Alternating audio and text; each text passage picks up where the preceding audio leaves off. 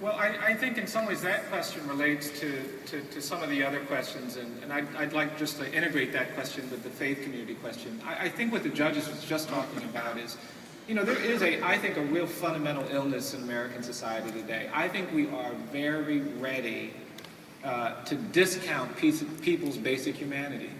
And that willingness to suspend all of the things we believe about human redemption, all of the things we believe about reconciliation in this situation, in that situation, is at the core of, I think, a lot of these problems. And so you have anger and fear pushing this whole debate around immigration and what it means to be undocumented and who belongs and who doesn't belong.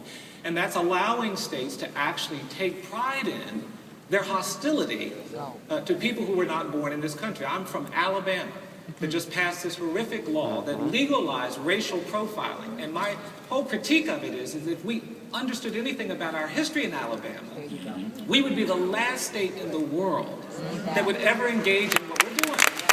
In fact, places like Alabama ought to be meccas for all of those who have been victimized by racial bias, because we need to atone for what we have done over the last 100 years. Beginning to think that way. And so that is why I think it's so critical that we become inclusive in our talking about what it means to deal with these issues. And I think the faith community has been too silent. The faith community has been indifferent. The faith community has been unengaged in places when they were supposed to be engaged. I go to churches every now and then, and I tell the story in the scriptures, the Christian tradition, where Jesus encounters the woman who's been accused of adultery. And those who want to trick Jesus say to him, well, we're told we should stone this woman to death for that crime. And they are asking his permission to be abusive and judgmental, and he conflicts them. He confronts them and he says, well, let them of you who without sin cast the first stone. And in that consciousness, in that paradigm, people had enough awareness, they had enough integrity, they had enough self-respect to say, you know what, I can't do it.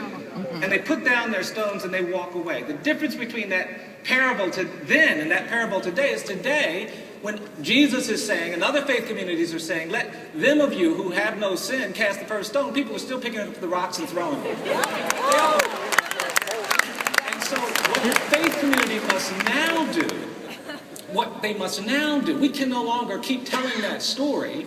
We can no longer keep giving that parable. We actually have to go run and catch these cast stones.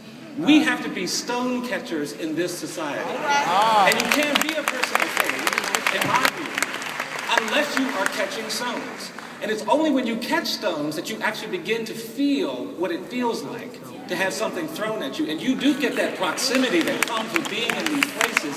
And it energizes you to do the difficult things that I think have to be done. All we're talking about today is difficult. Ain't no easy way out. There's no simple way out. A lot of people like to hear simple things. There aren't simple things. These are complex problems.